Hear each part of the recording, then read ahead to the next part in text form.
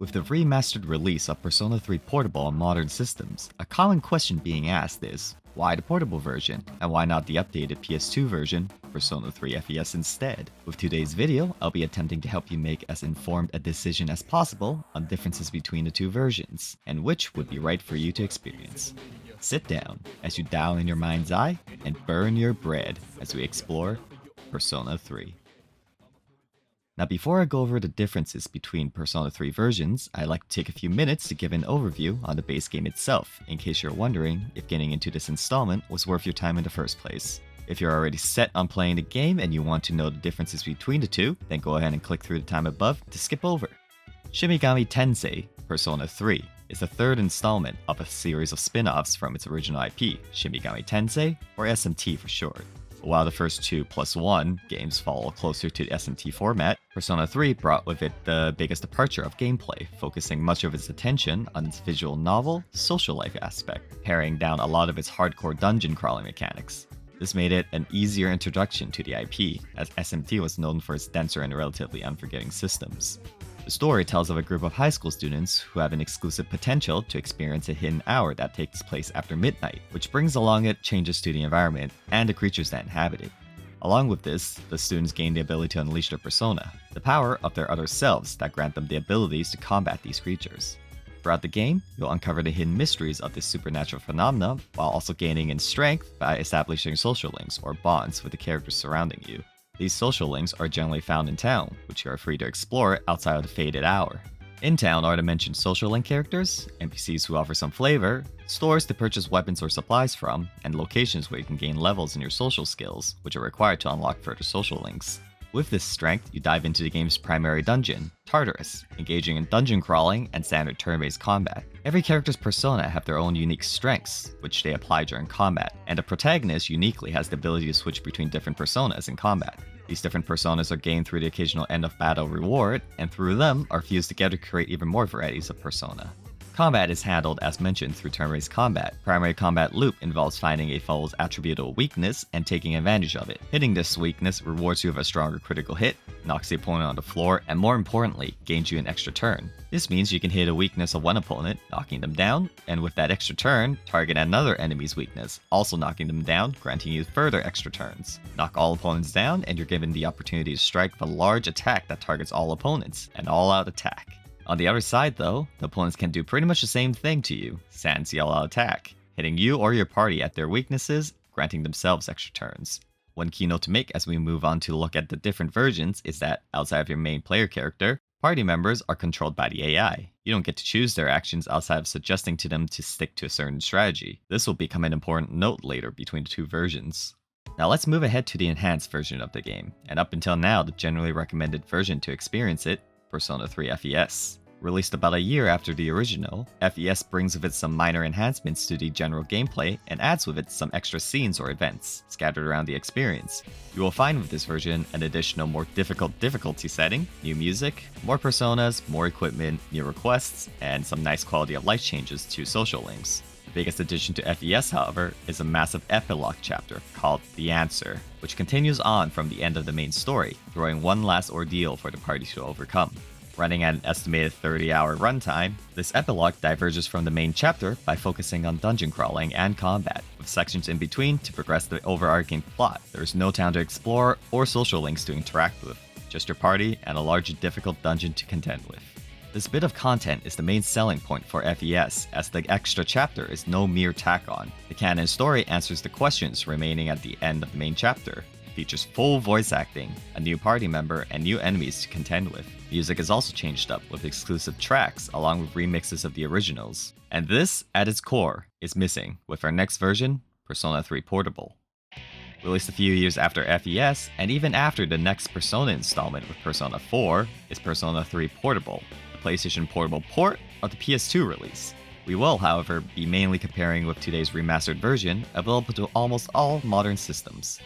Portable is both a compromised version due to the demands of needing to run on a weaker portable system, and also a significantly enhanced version, adding an absolute bevy of content to both the storyline and its gameplay. Much of Persona 4's improvements to the system were ported over to Portable, making it a much more modern version compared to its original. Immediately noticeable is the loss of much of its visual fidelity. Animated cutscenes are no longer animated, instead now cut between static scenes along with audio. No longer do you physically explore town in a 3-dimensional environment, as it has now gone to the style of Persona 2, where you explore a 2-dimensional overview of locations. During dialogue, most of the 3D scenes along with their character animations are now replaced with a static 2D background. Some more important scenes, however, have been redone in 3D, so they're not entirely lost. The Tartarus dungeon crawling and the combat still retain their 3D environments, albeit with less polygons. Thanks to remaster, however, assets have been upscaled and look far sharper compared to their originals thanks to the increased texture scaling and anti-aliasing, though background quality is something of a mixed bag. AI scaling can only go so far with an originally PSP scaled image. It also now runs at up to 60 or 120 frames per second, depending on your system, making the game much more responsive and smooth to the eye. Audio is also compromised at some points, with the battle sound effects sounding heavily compressed. Music and voices sound proper, thankfully, though the Japanese voice option, including the remastered, do not sound as clean and recorded as the English ones. 2 enemies left! Persona! The enemy's off balance. Yeah, it's my turn.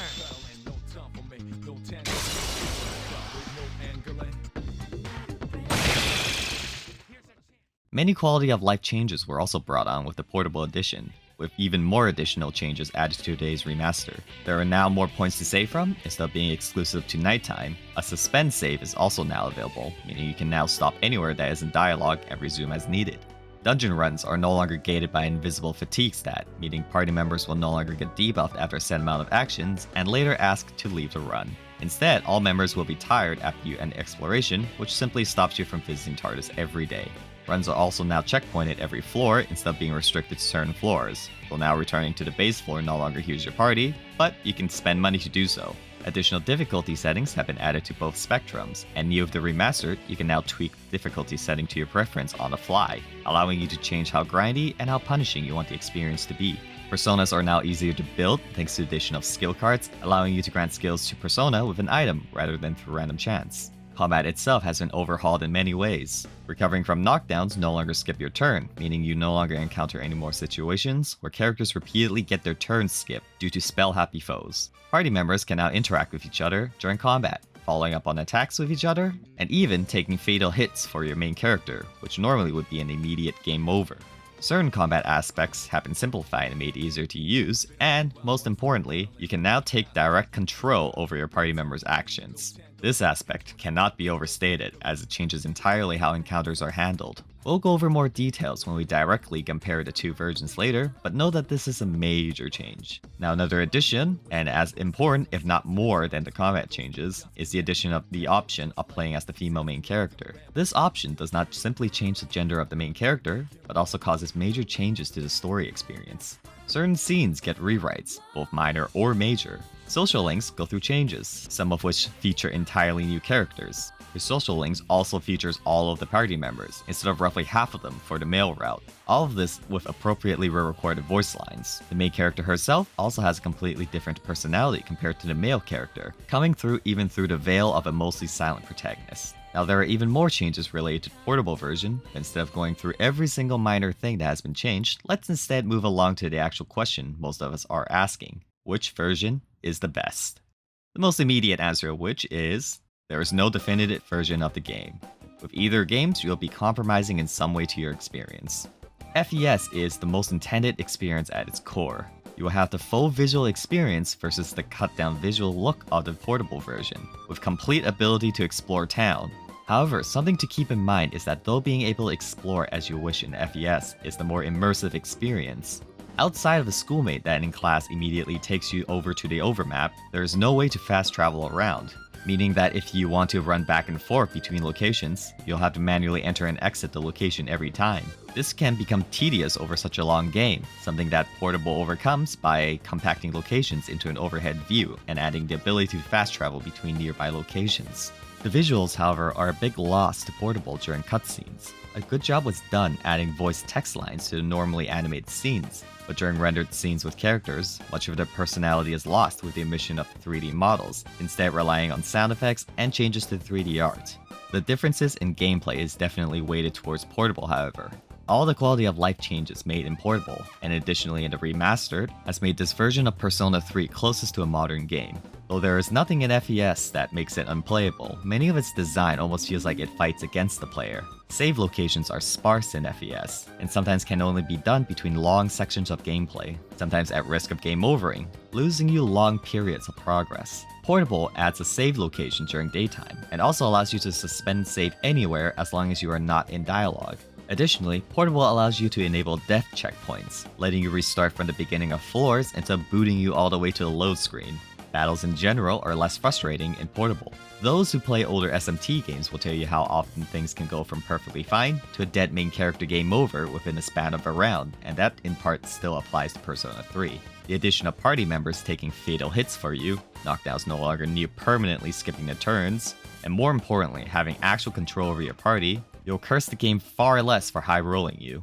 And boy, is having party control not something to be understated. Though between the original Persona 3 to FES, the AI has been slightly improved. I'm looking at you, Mitsuru. They will still often make bizarre and inoptimal decisions during combat, and between one of two of these bad decisions is all it takes for an encounter to go completely down the gutter. At times, they'll opt to use their single target elemental spells to knock down a single target twice, instead of using target all area of effect. This means that instead of using the more resource efficient AoE effects to deal damage, potentially knocking down multiple enemies, they'll spend a more inefficient version to hit one at a time, increasing the risk of whiffing the attack entirely. Other times, instead of trying to quickly burn down an opponent who's very quickly chunking the health down on your entire party through aforementioned AoE, they'll instead opt to try to cast a debuff spell with a very low success rate. Although you can attempt to temper their behavior through the tactics menu, nothing beats being able to actually control your party. FES's system is odd at best and incredibly frustrating at worst. And before you ask, yes, there exist ways to tinker with the methods of playing FES with control of your party. However, you're still missing all the other improvements Portable brings. But here's the crux of your decision between the two versions, in my opinion, and that would be the additional scenario exclusive between the two. FES with its epilogue, the answer, and Portable with its female character option. With that in mind, let's go through my opinion on how you should think over these two versions before you decide on which one to start on. FES's The Answer, true to its name, exists to answer the one remaining mystery posed at the end of the main scenario. Though it is both canon and core to the story, it's both of those the same way novel tie-ins are to large series.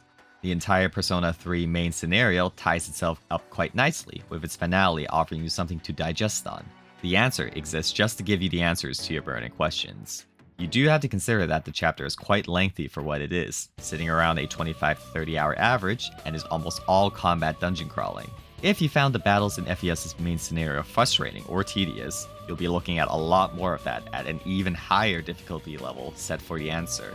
If you're worried about not being able to experience the entire plotline of Persona 3, I'll have to counter with the reminder that the Persona 4 arena fighting games, both the base and its sequel, contain lengthy canon afterstories for the Persona 3 characters. So if you're in it for the entire experience, you're in it for more than just the answer. Portable's two selectable main scenarios, on the other hand, come with the benefit of being on Portable's much improved systems. While you lose on the visual charm of the port, the sum of the contents between both scenarios, in my opinion, more than make up for the loss. Being two different ways of playing the same scenario, however, means that both go through the exact same storyline, albeit experienced in a different way. You'll see some different scenes, meet some different people, some characters even go through different fates depending on your choices, but your core journey still remains the same.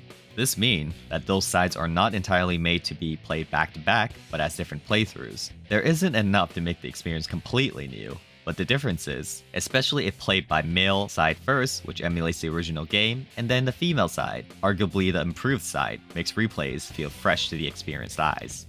Many will nostalgically remember Persona 3 for its more unique take on the JRPG format, the modern setting combined with its darker theme, Memento Mori, remember that you will die. Or more accurately here, all things must come to an end. Most of the stories hold true to that theme, exploring how people cope with an impending end, or moving on after an ending.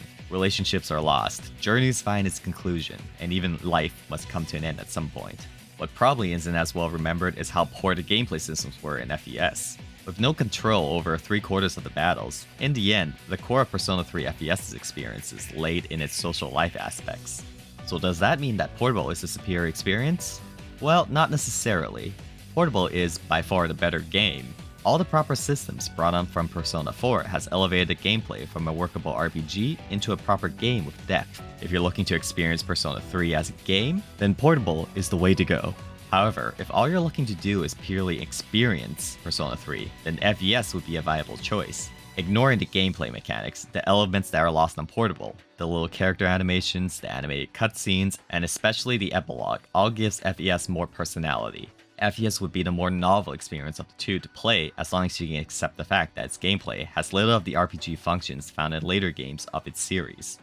Both also offer its additional content standalone. You could choose to experience your first playthrough on portable, then boot straight into the answer on FES afterwards. Or you could play through FES as your initial experience, then enjoy the improvements plus the female scenario on portable on your second play.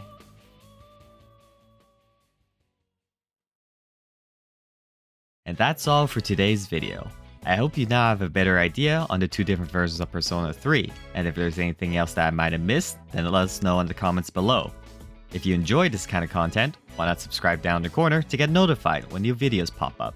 And if you could, join us on our Twitch channel at twitch.tv/secondop. That's second up with the number 2, where we show off the games that you may have missed or passed over.